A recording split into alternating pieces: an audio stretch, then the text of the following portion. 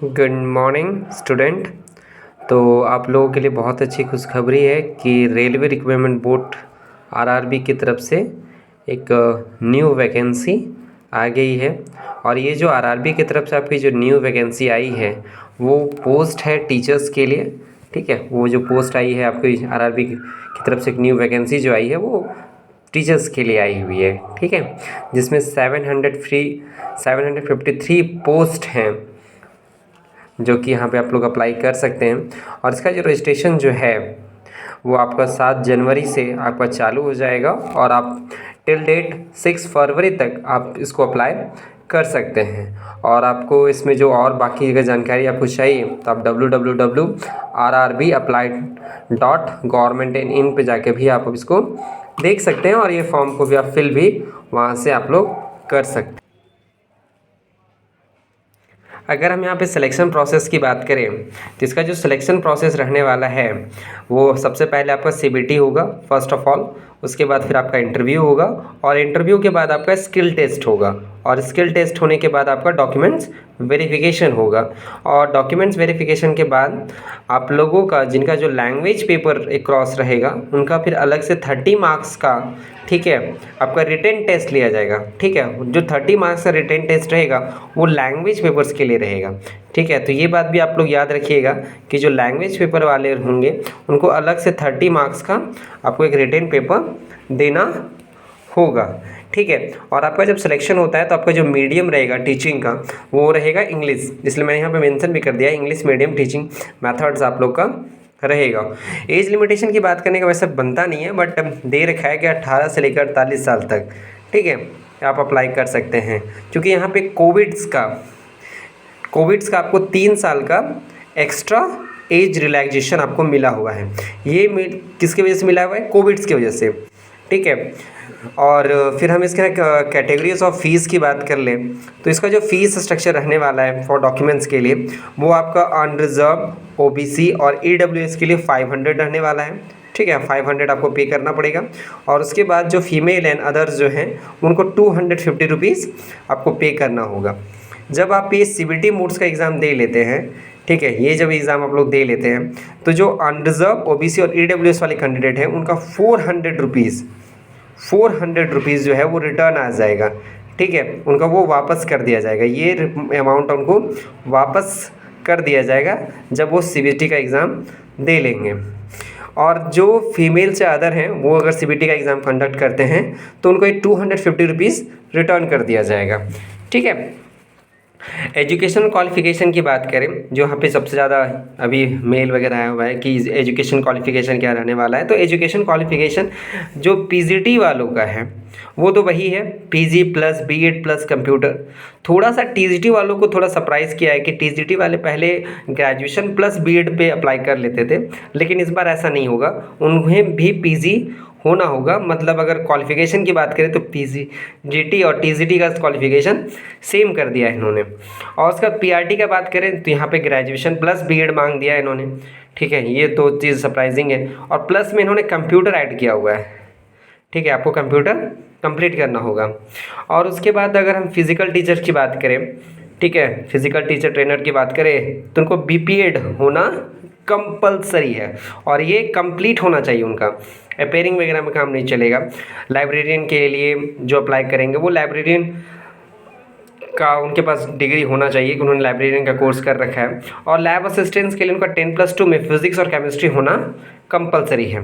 और एक साथ ही साथ आपको फीमेल असिस्टेंट के भी यहाँ पे कुछ पोस्ट आए हुए हैं, तो वो फीमेल असिस्टेंट जिसमें सिर्फ फीमेल ही एलिजिबल होंगे और कोई भी एलिजिबल नहीं होगा। अगर हम एग्ज़ाम पैटर्न की बात करें इस रिक्रूटमेंट की तो एग्ज़ाम पैटर्न जो रहने वाला है वो आपका सीबीटी मोड में रहने वाला है। ये तो मैंने स्टार्टिंग में बात किया था, एग्ज़ाम का जो पैटर्न होने वाला है वो किस मोड में होने वाला है? सीबीटी मोड में रहने वाला है। और सीबीटी मोड में सबसे पहले आपको जो 100 मार्क्स के क्वेश्चन होंगे, ठीक है, 100 मार्क्स के क्वेश्चन होंगे और उसमें से आपका जो एक क्वेश्चन अगर आप सही करते हैं, करेक्ट करते हैं, एक क्वेश्चन आप सही बनाते हैं तो आपको 1 मार्क्स दिए जाएंगे। लेकिन अगर क्वेश्चन आप गलत कर दें तो आपको 1/3 मार्क्स डिडक्ट कर लिए जाएंगे, मतलब काट दिए जाएंगे।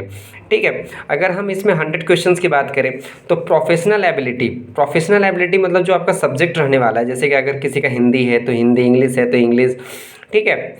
मैथ्स है तो मैथ्स, फिजिक्स है तो फिजिक्स, जो उनका अपना पेपर होगा उससे 50 क्वेश्चन आपसे पूछे जाएंगे, ठीक है।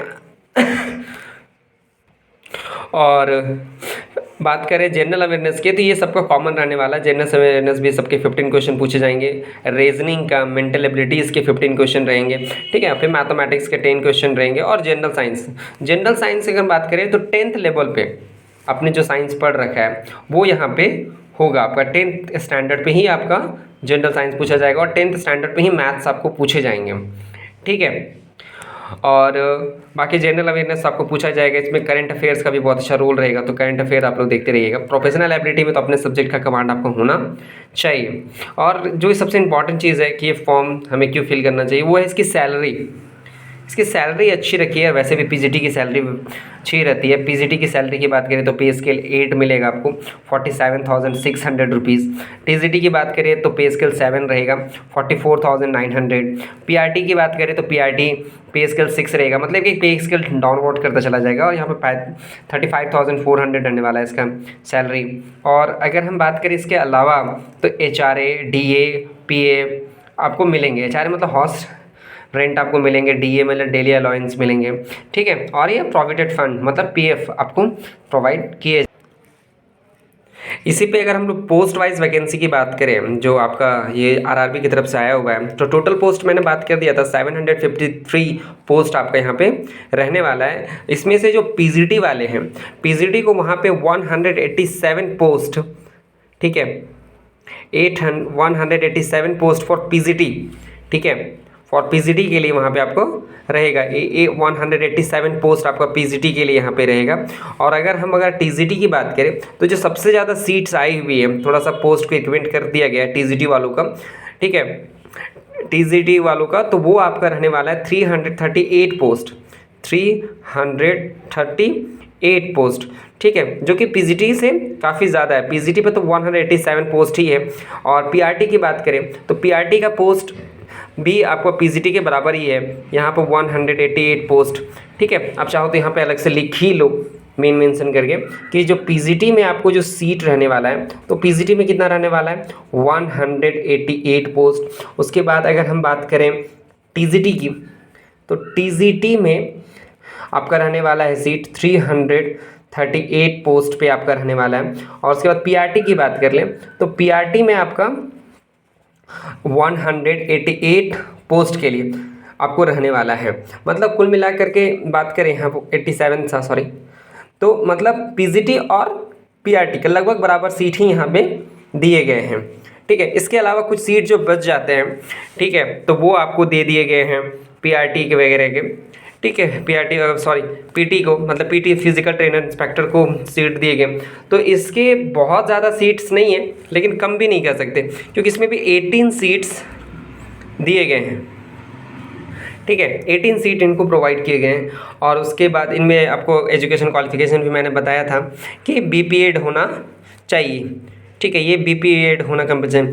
लाइब्रेरियन का जो सीट लाया है, तो लाइब्रेरियंस के भी 10 सीट इन लोगों ने दिए हुए हैं, ठीक है। लाइब्रेरियन के भी 10 सीट दिए हुए हैं। और लैब असिस्टेंट के, जिनमें मैंने कहा था फिजिक्स प्लस साइंस के कंपलसरी होना चाहिए, लैब असिस्टेंट्स के भी 7 पोस्ट, ठीक है, आपको यहाँ पे दिए गए हैं। और फीमेल असिस्टेंट के लिए यहाँ पे मात्र 2 पोस्ट निकाला गया। इसमें सिर्फ फीमेल ही एलिजिबल होंगे, लेकिन इसमें नंबर ऑफ पोस्ट काफ़ी कम है, क्योंकि ये सेंट्रल लेवल की वैकेंसी है। पर फिर भी आपको ट्राई करनी चाहिए जिनको इनके पास इन एलिजिबिलिटी है, ठीक है। 2 पोस्ट है तो कोई नहीं, आपको सिर्फ एक ही पोस्ट चाहिए। तो इसमें जो अच्छी पोस्ट है वो TGT वालों के लिए है, ठीक है।